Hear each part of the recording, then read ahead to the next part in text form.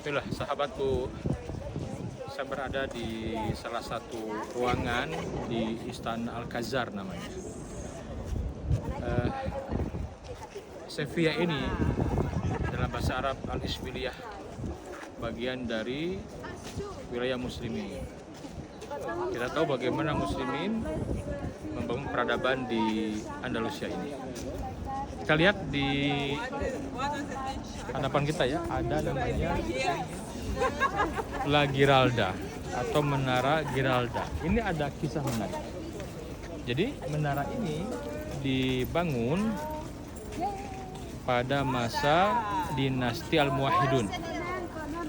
Yang membangun seorang yang terkenal dari dinasti ini namanya Abu Ya'qub Yusuf Al-Mansur. Dia membangun menara ini sama dengan yang ada di Masjid Qutubiyah Marrakesh. Mirip bentuknya, tingginya, besarnya mirip. Karena waktu juga Marrakesh di bawah Al-Muwahhidun. Hanya ketika Sevilla direbut oleh Ferdinand III dari Castilla, dialihfungsikan. Itu menara tempat muazin. Azan berkumandang menggema di seantero Sevilla ini, di mana dahulu setiap jengkal tanah yang dipakai sujud, setiap pojok ada halaqah Quran, juga banyak masjid yang berdiri.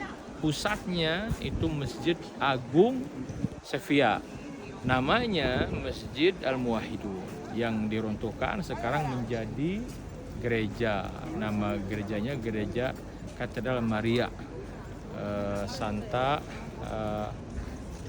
yang terkenal ya. Nah, hanya dia difungsikan sekarang menjadi lonceng gereja. Siapa arsitek menara ini? Seorang yang terkenal dari Sevilla. Arsitek unggul, tentu ini didikan Cordoba. Kan pusat keilmuan di Cordoba ya. Siapa namanya? Ahmad bin Basso. Ini terkenal sekali.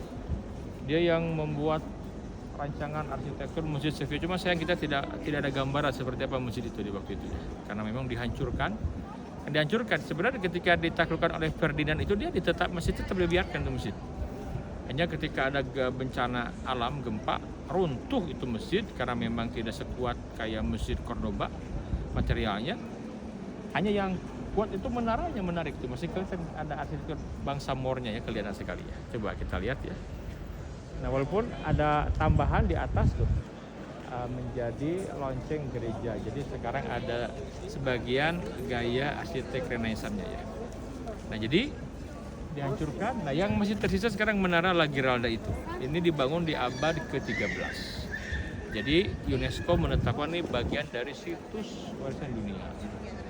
Kita belajar dari jatuh bangunnya umat Islam di Andalus, termasuk juga bangkit dan runtuhnya. Apa itu? Kita belajar bahwa di antaranya nih, tidaklah berakhir daulah muslimin di Andalus kecuali ketika dipimpin oleh orang-orang yang tidak punya kompeten. Ini luar biasa ya. Nabi sudah mengingatkan, idza wusidal amr ila ghairi ahlihi fantadhirus sa'ah. Apabila satu urusan tidak dikembalikan kepada ahlinya, tunggu kehancurannya. Benar saja. Cordoba hancur di tangan pemimpin yang tidak punya kapasitas, tidak punya keahlian, tidak punya kapabilitas, tidak punya leadership yang baik. Hancur. Sevilla juga demikian. Bahkan Granada juga demikian. Jangan salah milih pemimpin. Ya, kepemimpinan bagian dari hal yang menentukan dalam Islam. Pilihlah orang yang berkompeten, punya keahlian, yang berpikir visioner, yang layak menjadi pemimpin. Demikian pesan singkat dari Sevilla, Andalusia. Fa'tabiru ya ulil albab. Assalamualaikum warahmatullahi wabarakatuh.